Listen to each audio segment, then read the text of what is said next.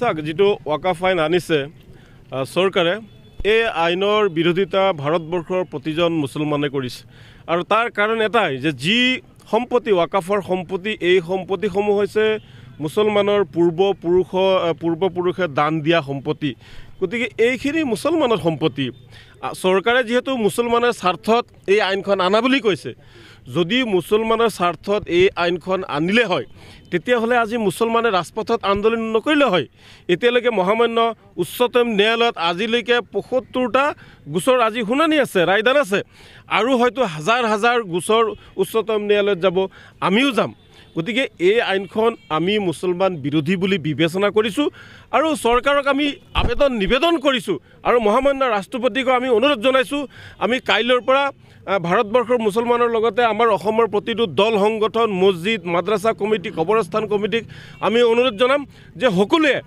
মহামান্য ৰাষ্ট্ৰপতি আৰু দেশৰ প্ৰধানমন্ত্ৰীলৈ স্মাৰকপত্ৰ প্ৰেৰণ কৰিব লাগে যে এই আইনটো আমাৰ বিৰোধী আইন মুছলমান বিৰোধী আইন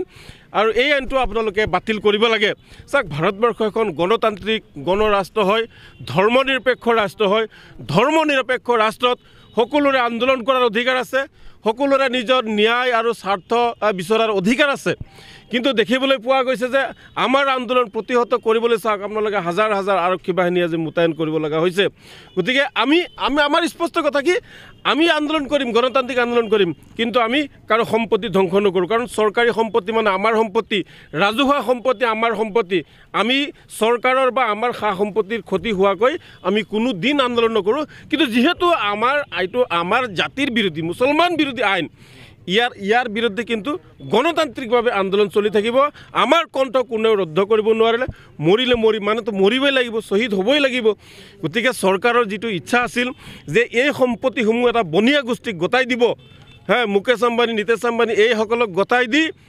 তেওঁলোকে এটা ব্যৱসায় কৰিব মুছলমানৰ সম্পত্তি গতাই দি গতিকে এইবিলাক ব্যৱসায় কৰিবলৈ দিয়া নহ'ব আজি কাৰ্বি আংলঙতো হাজাৰ বিঘা মাটি ৰামদেৱক সমজাই দিয়াৰ কাৰণে প্ৰস্তুতি চলিছে আজি জনজাতি লোকসকলে আন্দোলন কৰিব লগা হৈছে আজি ভাৰতবৰ্ষৰ প্ৰতিজন মুছলমানে আন্দোলন কৰিব লগা হৈছে গতিকে এই আইন হৈছে মুছলমান বিৰোধী এই আইন যিমান দিন